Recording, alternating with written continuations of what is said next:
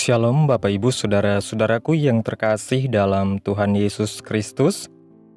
Selamat malam, salam sejahtera bagi kita semua, dimanapun saudara-saudara berada.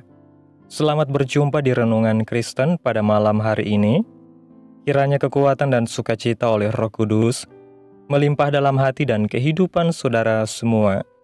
Dan semoga saudara semua dalam keadaan sehat selalu. Pada malam hari ini sebelum kita mendengarkan renungan firman Tuhan, mari kita berdoa. Segala pujian, syukur, dan hormat, serta kemuliaan bagi Allah Bapa kami yang kudus dan kekal, Bapa di dalam kerajaan sorga, Bapa di dalam nama Tuhan Yesus Kristus. Kami mengucap syukur Tuhan, oleh karena pertolongan-Mu di sepanjang hari. Kami boleh dimampukan Tuhan untuk melewati hari ini, melakukan tugas dan tanggung jawab kami, mengerjakan segala aktivitas kami dengan pertolongan Tuhan. Saat ini ya Tuhan, kami hendak mendengarkan firman-Mu. Berilah kami pengetahuan dan bimbinglah kami, agar apa yang Engkau firmankan dapat bekerja sesuai kehendak-Mu. Bukalah hati dan pikiran kami ya Tuhan, untuk mendengar dan menerima firman-Mu. Kiranya firman-Mu ini dapat kami lakukan di dalam setiap kehidupan kami, dan menjadi berkat bagi kehidupan kami. Berbicaralah ya Tuhan, kami sudah siap mendengarkan firman-Mu. Di dalam nama Tuhan Yesus Kristus kami berdoa. Amin. Bapak Ibu Saudaraku yang terkasih, ayat renungan kita pada malam hari ini terdapat dalam kitab Filipi pasal 3, ayat 10 dan 11 yang berkata demikian. Yang kukehendaki ialah mengenal Dia dan kuasa kebangkitannya dan persekutuan dalam penderitaannya, di mana aku menjadi serupa dengan Dia dalam kematiannya, supaya aku akhirnya beroleh kebangkitan dari antara orang mati. Bapak Ibu Saudaraku yang terkasih, salah satu tokoh dalam Alkitab Perjanjian Baru yang mengalami perubahan hidup yang amat drastis adalah Rasul Paulus. Lukas menulis dalam Kisah Para Rasul pasal 8 dan pasal 9, bagaimana Saulus, yaitu nama lain dari Paulus, adalah seorang Yahudi dan Farisi yang hatinya begitu berkobar-kobar untuk mengancam dan membunuh murid-murid Tuhan Yesus.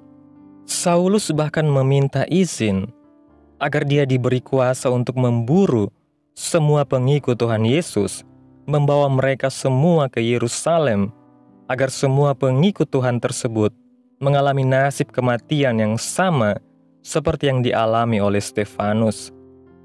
Namun segalanya berubah ketika ia mengalami perjumpaan langsung dengan Tuhan dalam perjalanannya menuju ke Damsyik. Singkat cerita, setelah melalui proses yang tidak pendek, Saulus dibimbing oleh para pengikut Kristus, diterima di dalam lingkaran orang percaya, bahkan akhirnya ikut dalam persidangan penting di Yerusalem, dan menjadi tokoh yang sangat berpengaruh dalam membesarkan gereja Kristen abad pertama. Dari seorang pemburu pengikut Kristus, menjadi seorang pengikut Kristus yang memburu Kristus seumur hidupnya. Paulus mengungkapkan apa yang menjadi keinginan hatinya dalam kitab Filipi pasal 3, ayat 10 dan ayat 11. Dia mengatakan, yang kukehendaki ialah mengenal Dia dan kuasa kebangkitannya dan persekutuan dalam penderitaannya, di mana aku menjadi serupa dengan Dia dalam kematiannya, supaya aku akhirnya beroleh kebangkitan dari antara orang mati. Pengalaman perjumpaannya dengan Tuhan Yesus dalam perjalanan menuju Damsyik dan proses pemuridan yang dia alami sesudahnya membuat Paulus begitu rindu untuk makin mengenal Kristus dan kuasa kebangkitannya. Karena kedua hal inilah yang membuat dia mengalami suatu pembalikan total cara pandang dan cara hidupnya. Paulus mengajar jemaat agar sama seperti dirinya. Kita pun terus mengejar pengenalan akan Kristus dan kuasa kebangkitannya. Kita jangan hanya tahu Yesus, tetapi tidak mengalami kuasa kebangkitannya. Karena justru oleh kebangkitannya lah, iman kita hari ini tidak sia-sia. Mari kita perhatikan beberapa fakta, yaitu peringatan kelahiran Yesus, yaitu Natal, senantiasa dirayakan meriah oleh banyak orang di seluruh dunia, sementara kematian dan kebangkitannya tidak dirayakan semeriah Natal, padahal oleh karena kematian dan terlebih karena kebangkitannya lah, kekristenan menjadi ada. Bagi umat Kristiani, kematian dan kebangkitan Yesus menjadi sentralitas iman dan keselamatan kita.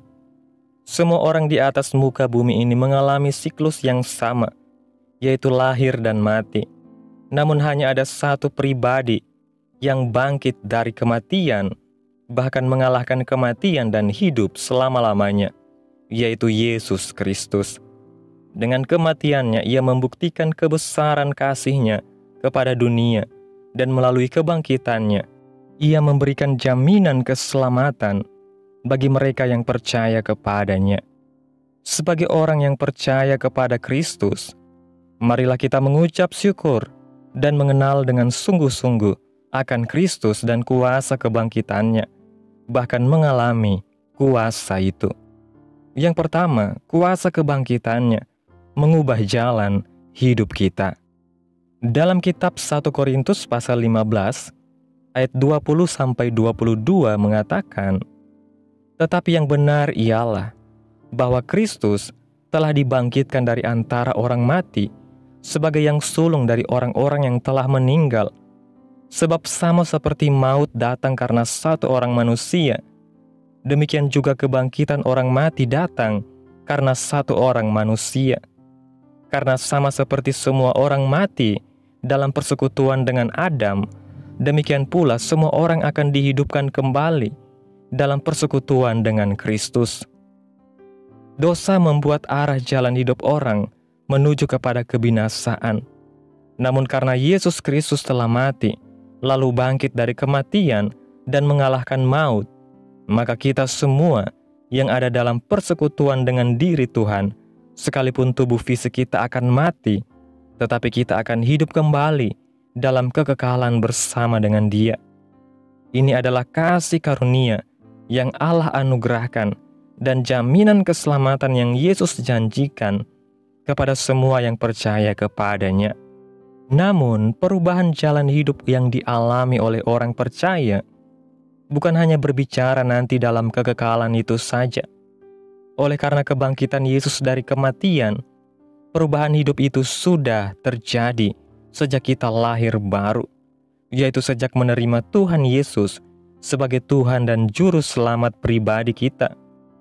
Perjalanan hidup kita di dunia ini, baik rohani maupun jasmani, diubahkan oleh Tuhan ke arah yang Ia kehendaki. Kebangkitannya yang mulia memungkinkan kita untuk menjalani hidup dengan iman kepadanya dan terus dituntun oleh Roh-Nya menuju kepada keserupaan dengan Kristus. Karena Yesus bangkit dan hidup, maka kita pun dapat menjalani kehidupan seperti yang Yesus lakukan. Tidak heran Paulus berkata dalam kitab Galatia pasal 2 ayat 20 yang mengatakan, "Namun aku hidup, tetapi bukan lagi aku sendiri yang hidup, melainkan Kristus yang hidup di dalam aku. Dan hidupku yang kuhidupi sekarang di dalam daging adalah hidup oleh iman dalam Anak Allah yang telah mengasihi aku dan menyerahkan dirinya untuk aku." Sungguh kebangkitannya mengubahkan jalan hidup kita. Yang kedua, kuasa kebangkitannya menghancurkan musuh kita. Alkitab sangat jelas memberitahu bahwa musuh-musuh kita bukanlah manusia lainnya, melainkan roh-roh jahat di udara. Kebangkitan Yesus dari kematian mengalahkan kuasa kematian dan pengaruh roh-roh jahat yang mencengkram manusia. Kalau Yesus tidak bangkit dari kematian, hidup manusia untuk selamanya akan selalu diperbudak oleh dosa dan tidak dapat merdeka dari pengaruh si jahat. Namun, sebagaimana telah diterangkan tadi, bahwa orang-orang yang percaya kepada Kristus juga akan mengalami kuasa kebangkitannya. Maka karena Dia bangkit mengalahkan maut, maka kita sekarang memiliki kuasa untuk berkata tidak kepada tipu muslihat si jahat, dan kita juga memiliki kuasa untuk menghancurkan sepak terjang musuh ini. Kebangkitan Yesus memungkinkan kita untuk menjalani hidup yang tidak lagi diperbudak oleh dosa oleh karena godaan si jahat. Kebangkitannya memberi kita kemerdekaan dan kemenangan, bahkan kuasa untuk melawan iblis. Tidak heran kita dapat membayangkan betapa sukacitanya Paulus ketika ia menerangkan hal ini dan bagaimana ia bereklamasi dalam tulisannya sebagaimana dicatat dalam 1 Korintus 15 ayat 57 yang mengatakan, "Hai maut, di manakah kemenanganmu? Hai maut, di manakah sengatmu?" Betapa besar dan hebatnya kuasa kebangkitannya bagi hidup kita. Yang ketiga, kuasa kebangkitannya memperkuat iman kita. Saat kita mempelajari bagaimana Yesus dan para murid-muridnya berinteraksi, sangat menarik kita temukan bahwa sekalipun Yesus telah beberapa kali memberitahu dan mengajar dirinya sebagai Mesias akan mengalami penderitaan dan kematian, murid-murid tidak sepenuhnya mengerti dan percaya. Mereka sepertinya beriman penuh kepada Yesus, namun peristiwa sengsara dan penyaliban Yesus mengguncang diri mereka. Rasul Yohanes mengingat hal ini dengan baik, sehingga semenjak awal tulisannya, ia mengungkapkan betapa mereka dahulu tidak percaya penuh akan firman, tetapi semua berubah semenjak kebangkitan Yesus. Mereka menjadi percaya penuh akan apa yang dikatakan kitab suci dan perkataan yang telah diucapkan Yesus. Salah satu bukti nyata bahwa Yesus benar-benar bangkit adalah para rasul. Mereka memberitakan mengenai Yesus, bahkan sampai berujung hilangnya nyawa mereka sendiri. Paulus pun memiliki sikap yang sama, sebagaimana ditulis dalam kitab 2 Timotius, pasal 2 ayat 8 yang mengatakan, "Ingatlah ini, Yesus Kristus yang telah bangkit dari antara orang mati, yang telah dilahirkan sebagai keturunan Daud, itulah yang kuberitakan dalam Injilku." Apabila kebangkitan Yesus adalah sebuah hoaks atau tipuan yang dibuat oleh para rasul, maka secara logika tidak akan ada dari mereka yang akan mati karena Kristus. Ini perlu dicamkan karena tidak akan ada orang yang mau mati fisik atas kebohongan yang dibuatnya sendiri.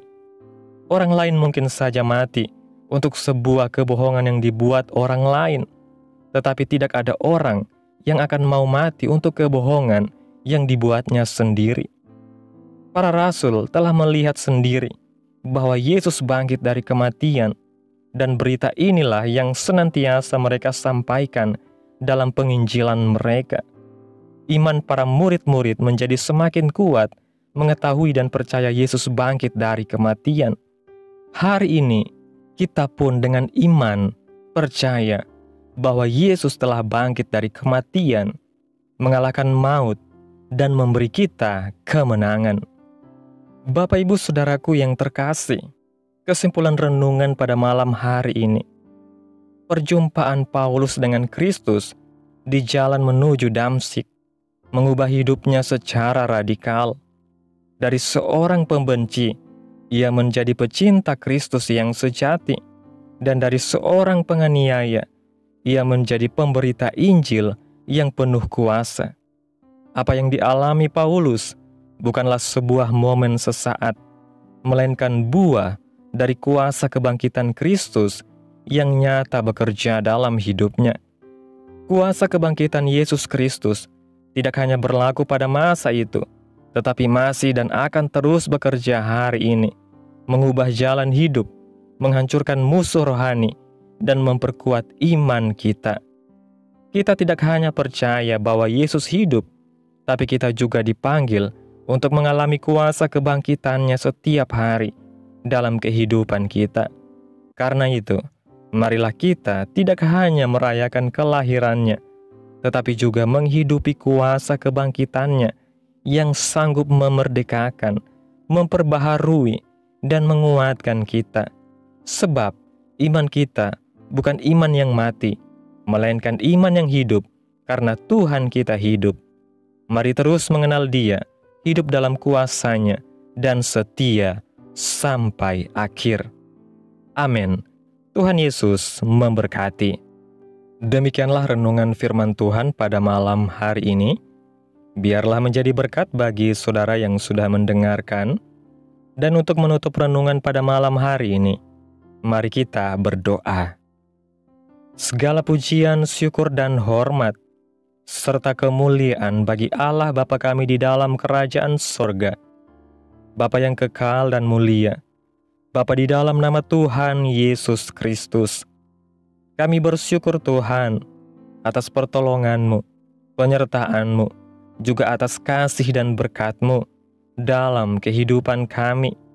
Kami berbahagia dan bersyukur atas kebaikan Tuhan dalam hidup kami. Terima kasih Tuhan buat penyertaan Tuhan di sepanjang hari yang telah kami lewati. Hingga pada malam hari ini ya Tuhan, kami boleh bersyukur lagi di hadapan Tuhan melalui doa dan renungan pada malam hari ini. Terima kasih Tuhan Yesus buat firman-Mu yang begitu indah, yang boleh datang kepada kami pada malam hari ini. Terima kasih Tuhan, karena Engkau telah mengaruniakan anak-Mu yang tunggal, Tuhan Yesus Kristus, yang tidak hanya mati menebus dosa kami, tetapi juga bangkit dan hidup untuk selama-lamanya. Kami bersyukur atas kuasa kebangkitan-Mu yang mengubahkan hidup kami, memberikan kami pengharapan yang kekal dan kemenangan atas dosa serta kuasa kegelapan. Terima kasih Tuhan buat firman-Mu. Tanamkan dalam hati kami masing-masing dan mampukan kami Tuhan untuk dapat melakukan firman-Mu sesuai dengan kehendak-Mu. Biarlah perkataan-Mu menyegarkan jiwa kami, menghidupkan hati yang lemah dan lesu, dan membangkitkan harapan dan kasih. Berkati umat-Mu yang sudah mendengarkan firman-Mu pada malam hari ini. Berkati di setiap saat, tempat, dan kondisi hidup mereka, agar senantiasa selalu merindukan dan membutuhkan firman Tuhan sebagai pelita kebenaran yang memerdekakan dan penghiburan yang menguatkan. Ajarilah kami bahasa firman-Mu, dan bimbinglah kami untuk selalu hidup sesuai kehendak-Mu, agar kami selalu dekat kepada-Mu. Kiranya Engkau terus memberkati kehidupan kami, keluarga kami, sanak saudara kami, daerah tempat tinggal kami, bangsa dan negara kami, pemerintah-pemerintah kami. Biarlah semuanya dalam berkat perlindungan-Mu ya Tuhan, dan jadilah sesuai kehendak-Mu yang terbaik dalam kehidupan kami. Hamba berdoa ya Tuhan, buat umat-umat-Mu yang sudah mendengarkan renungan pada malam hari ini, yang saat ini sedang mengalami sakit penyakit, pergumulan masalah, kebutuhan ekonomi. Kiranya Tuhan menjamah kehidupan umat-umat-Mu.